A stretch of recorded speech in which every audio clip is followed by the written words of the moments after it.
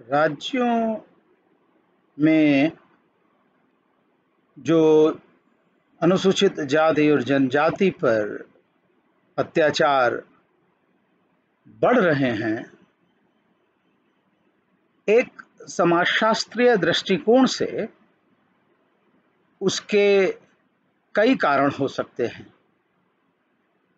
पहला कारण तो आसानी से देखा जा सकता है कि जो अनुसूचित जाति और जनजाति पर अन्याय और अत्याचार की घटनाएं होती हैं, वो ज़्यादातर गांव में होती हैं, यानी कि ग्रामीण परिवेश में। और वहाँ पर जो परंपरावादी सोच है, जो ट्रेडिशनल एटीट्यूड होता है समाज का कि ये दलित हैं, इनका कोई नहीं है और इन लोगों पर अन्याय और अत्याचार आसानी से किया जा सकता है क्योंकि कानून इनको जो है संरक्षण नहीं दे पा रहा है, और वहाँ पर जो कानून की पहुँच होती है वो भी बहुत कम होती है। और इसलिए परंपरावादी सोच वाले व्यक्ति जो अनुसूचित जाति और जनजाति पर बेरोक टोक उसी परंपरा के तहत अन्याय और अत्याचार करते रहते हैं।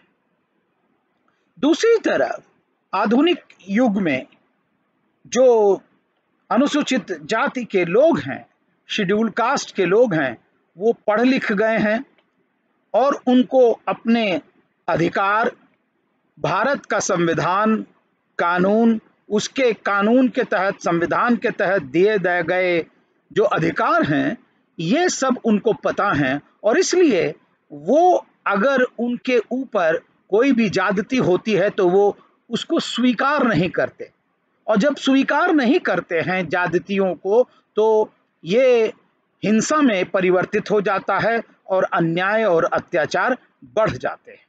इसका तात्पर्य ये हुआ कि जैसे जैसे दलित समाज में अनुसूचित जाति और जनजाति के अंदर चेतना बढ़ेगी, उनके अंदर शिक्षा बढ़ेगी, तो उनमें अधिकार लेने की ललक भी बढ़ेगी, जो उनके वैध अधिकार है। किसी का अधिकार मार नहीं रहे हैं, बल्कि संविधान में प्रदत्त अधिकारों की वो जब मांग करते हैं तो जो परंपरावादी लोग हैं उनको वो अच्छा नहीं लगता है। तीसरी तरफ अगर आप देखें कि अन्याय और अत्याचार तब बढ़ते हैं जब आंदोलन, अनुसूचित जाति जनजाति लोगों का आंदोलन, चाहे वो राजनीतिक आंदोलन हो, चाहे वो सामाजिक आंदोलन हो, जब वो कमजोर पड़ जाता है तब उन पर अन्याय और अत्याचार ज्यादा होते हैं। इसलिए साथियों, ये तीन कारण हैं। एक, परंपरावादी सोच; दूसरा, दलितों के अंदर जागृत होती हुई अधिकारों के प्रति चेतना, संवैधानिक अधिकारों के प्रति चेतना; और तीसरी तरफ कहीं ना कहीं आंदोलन का छीन पड़ना। ये कारण हैं दलितों पर, अनुसूचित जाति और जनजातियों पर अन्याय और अत्याचार बढ़ते हुए दिखाई दे रहे हैं।